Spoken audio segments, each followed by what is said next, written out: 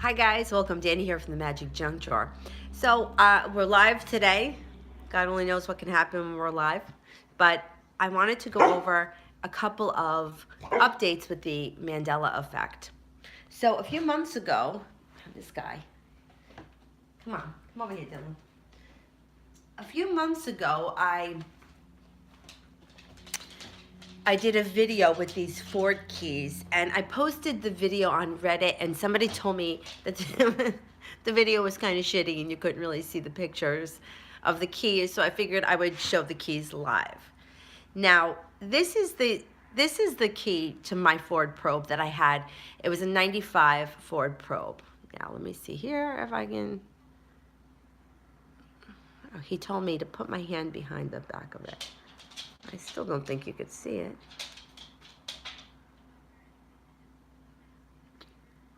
Well, let me see if I can get it. Well, anyway, forget about this key. That key is the same logo. Now, this one is the one that I hope that you can see. And I very, very vaguely remember my father's Lincoln having this logo. Now, I can't find this logo on Logopedia, which is why I don't know if it's a Mandela effect, but I had seen, and in my original Mandela effect, in the description box, I linked the man's video that I originally saw that showed this logo. So if you wanted to go back to that video and find his video, he shows this one as well. So after I saw his video, I went on eBay and I found this key. And I vaguely remember my father's Lincoln having this logo. See, I'm glad that you could see this one. He told me to put my hand behind it. Kind of can't see it. Oh my goodness. I gotta get a better camera. Ay, ay, ay. Well, anyway, the little loop, the loop on the F is on the outside rather than the inside, where in today's one, it's on the inside. Gotta go blind over here trying to look at it. The loop here is on the outside. It almost looks like the bottom half of a scripted L that crosses the F. Very, very, very odd. But I vaguely remember it. Now, I had talked a few months back about a motel near my house where the name changed.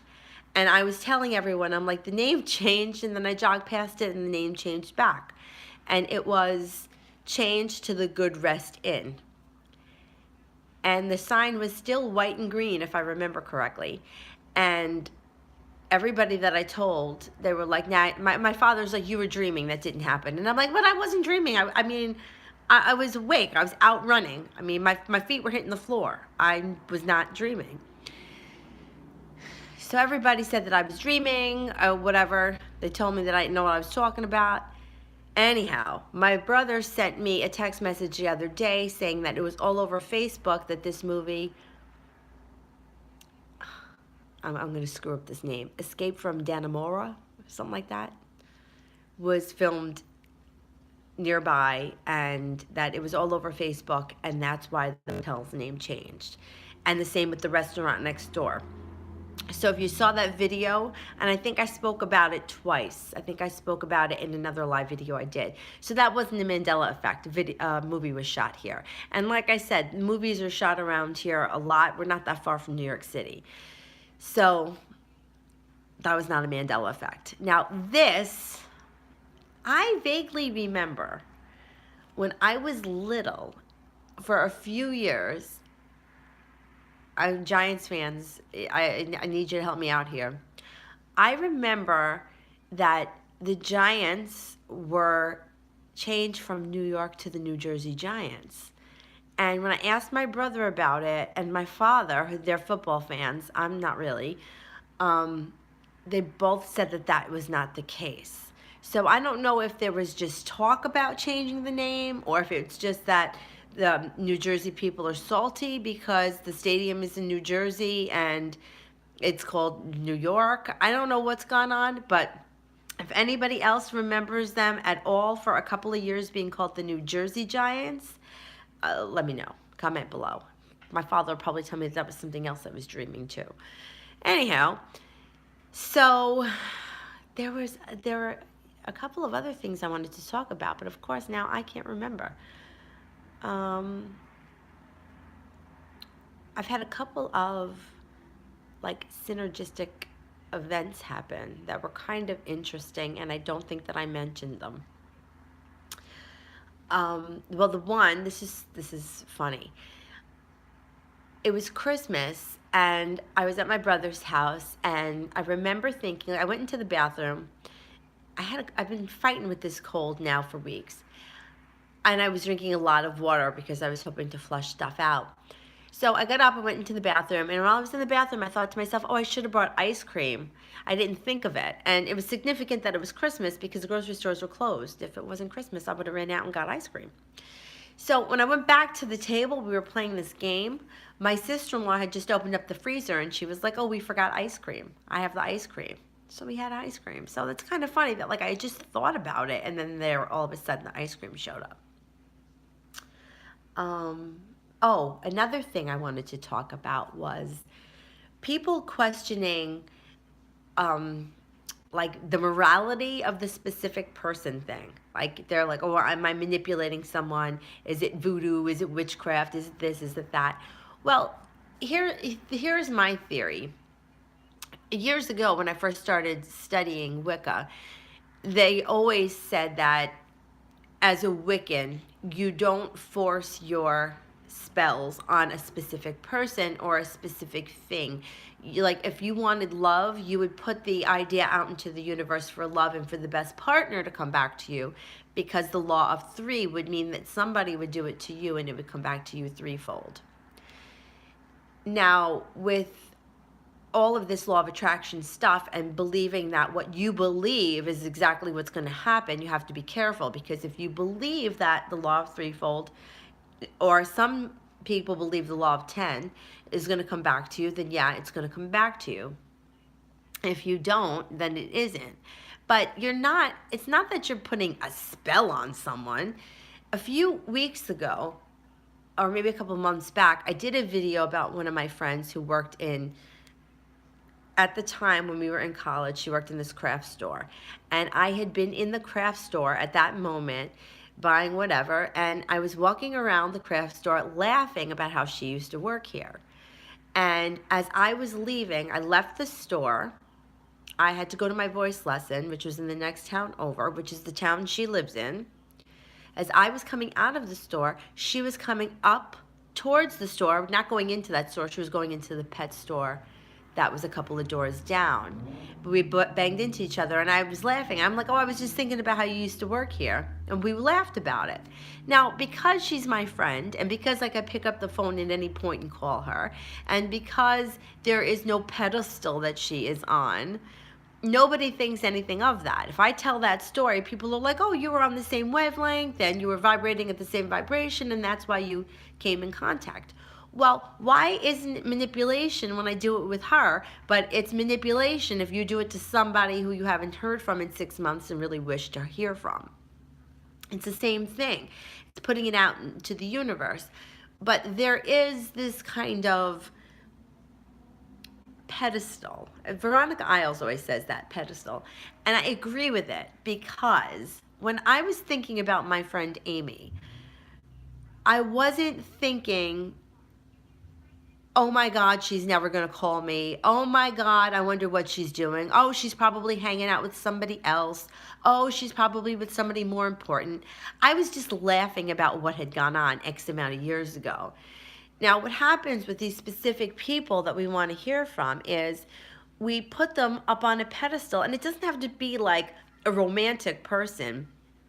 Years ago, I had a friend, and maybe because I don't really know why, but I always remembered her. I was 5 years old when we moved away from one another.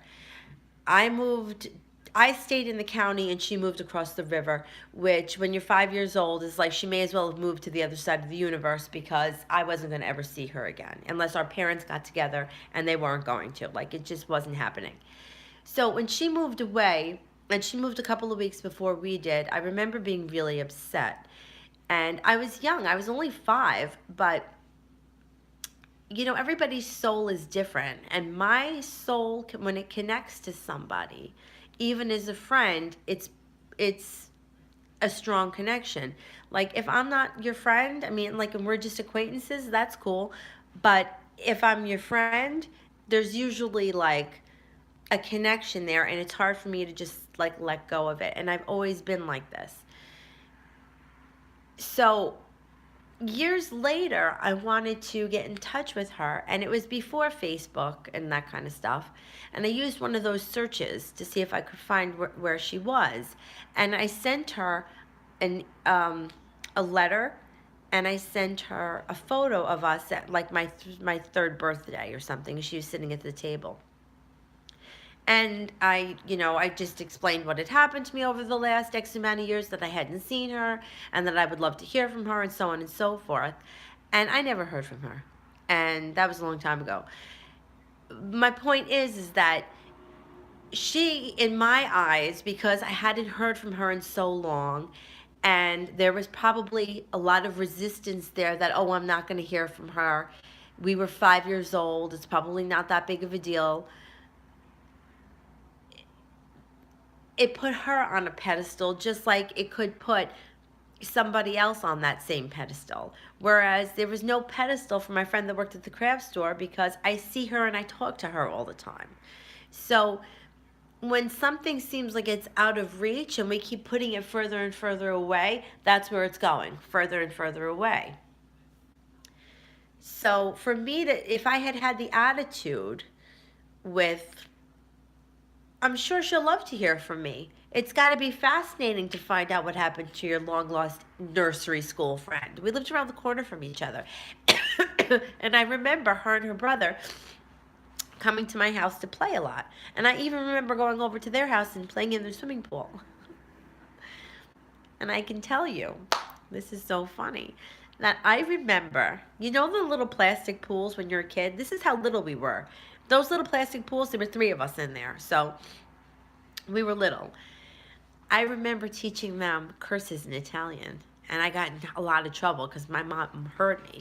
And obviously, I was the one teaching the curses because those 2 kids were not Italian. But anyhow, when all of a sudden you hear my mother's voice, yeah, you don't want to hear that. Anyway,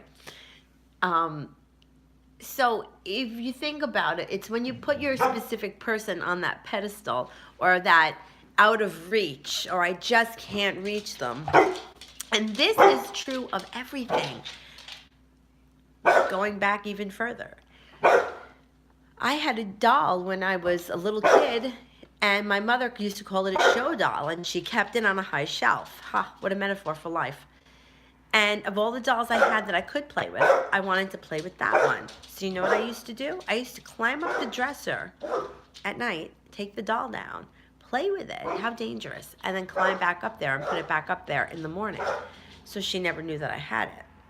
But, because you just can't give me the doll. I mean, really, gotta have the doll? Whatever. But the point is that it just goes to show you that what's ever on that top shelf, you can't have it. But if you remove it from the top shelf, it can be yours. And I used to say that to people all the time, and they didn't always really get it. Like, when somebody was like pining away over somebody, I would say, yeah, but he's with so-and-so, and she doesn't feel the same way about him that you do. So it's like, no big deal. Like, it's just no big deal.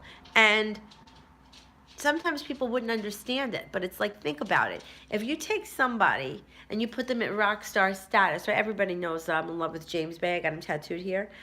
Like, if I'm like in the crowd, right, looking up at James Bay at a concert, it's like he's up there and I'm down here. right? We're not on the same level. Like he's so far away. But the guy standing next to me, he's right here. So you have to like bring things down into perspective. Now, at the end of the day, I don't get starstruck. I got to tell you that. It's so funny because I have friends that they would be like, "Oh my God, it's so and so," and I'm like, "Oh, I don't give a shit. No big deal." But when you give somebody that, and I maybe don't give stars the star status, but that doesn't mean I haven't given other people in my life that.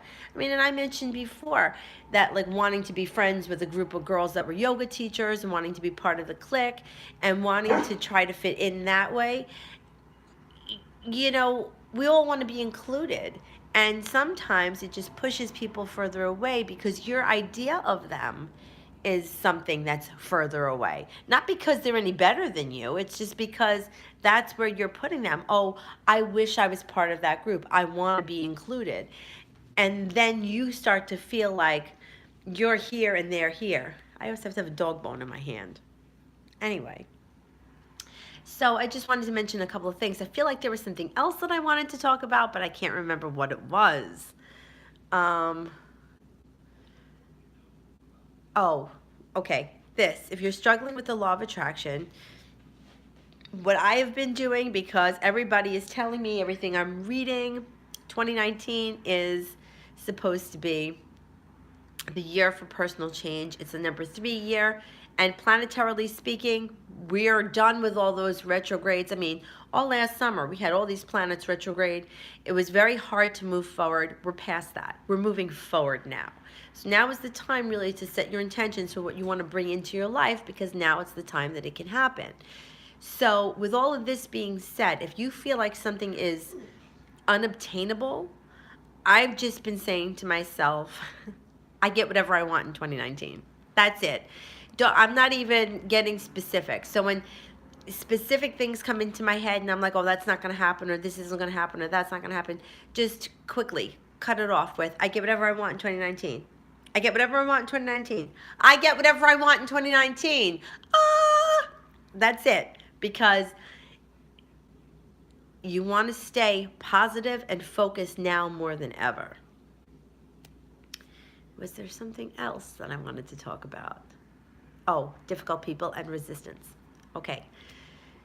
So this situation has come into my life with somebody who is extremely difficult. Not only just difficult, but the person tends to be very, not even sarcastic, because I find sarcasm to be funny, snide, or not even just backhanded, but like condescending. Anyway, this person has been brought into my life and I've been having a hard time. I've been having a hard time with the theory of everyone is you pushed out.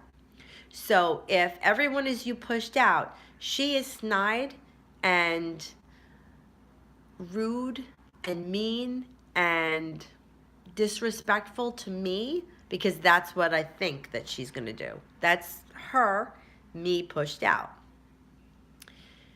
So I'm having a hard time with trying to change the way that I feel about the situation and the way that I feel about this person. So I know that for the next couple of weeks or so, this is going to be something that I struggle with. And listen, I'm trying to keep her name out of the jar. No, I'm not going to do that. I'm just saying. The jar is here, though, should I need it. So as a learning tool for myself, I'm trying to use this situation to change it with my own mentality, right? I can't change the way she acts, but maybe I can with the way I think. So we're going to see what happens. I don't have that many more weeks, and then the universe has changed the situation and I won't be in it anymore. 2019, the year of change. So we only have a few more weeks that I'm going to have to deal with this. But I'm trying to change it. And I know that as of right now, I don't feel like emotionally I've changed it. I feel like I have a lot of resistance to it. And I feel like I'm up against a wall, which I have to change. That's not anybody's problem but my own. The only person that's in charge of that is me. So think about that in your life. If you have somebody very difficult that you have to deal with, sometimes you have no choice, but you have to deal with them. It's your problem, not theirs. Change the way you think about the situation, and then maybe you can see how the situation will change. Okay, that's about it for today. Don't forget, if you like what we're doing here at the Magic Junk Drawer, like, subscribe, share us with your friends, and